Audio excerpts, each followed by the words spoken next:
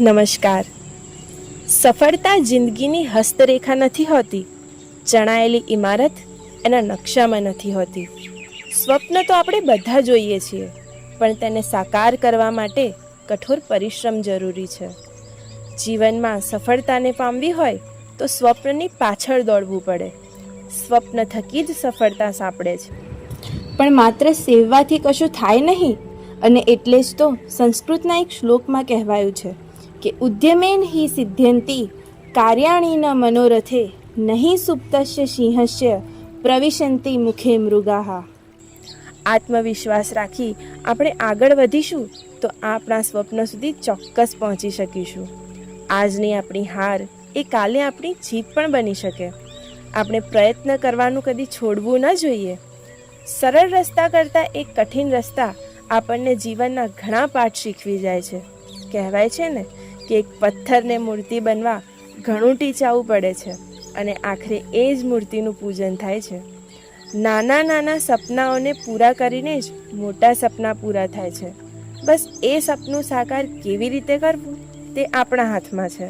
બસ આપણે સપના જોતા શીખી જઈએ, આપણે સપનાની ઊંડાઈ સુધી પહોંચતા શીખી જઈએ તો ચોક્કસ સ્વપ્ન સિદ્ધિ પ્રાપ્ત થઈને જ રહેશે. તો આવો મારી આવી જ એક સ્વપ્ન વિશેની રચના માણીએ. સપને દેખના તુમ सीख लो, आसमान को छूना तुम सीख लो. दोस्त आसमान बहुत ऊंचा है, दोस्त आसमान बहुत ऊंचा है, बड़े सपने देखना तुम सीख लो. आज हार है तो कल जीत है, खुद पर विश्वास करना तुम सीख लो. सपनों में बहुत गहराई है, सपनों में बहुत गहराई है, उस गहराई में उतरना तुम सीख लो. सपने देखना तुम सीख लो, आसमान को छूना तुम सीख लो. मंजिल सपनों की आसान नहीं होती, मंजिल सपनों की आसान नहीं होती, कठिन रास्तों पर चलना तुम सीख लो. बहुत है तारे आसमान में, खुद तारा बनना तुम सीख लो. छोटे छोटे सपने जोड़कर सपनों को साकार करना तुम सीख लो.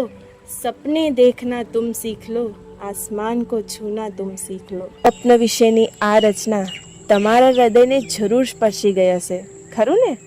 ચાલો ત્યારે એક નવું સ્વપ્ન જોઈએ અને મંડી પડીએ એને સાકાર કરવા. ધન્યવાદ.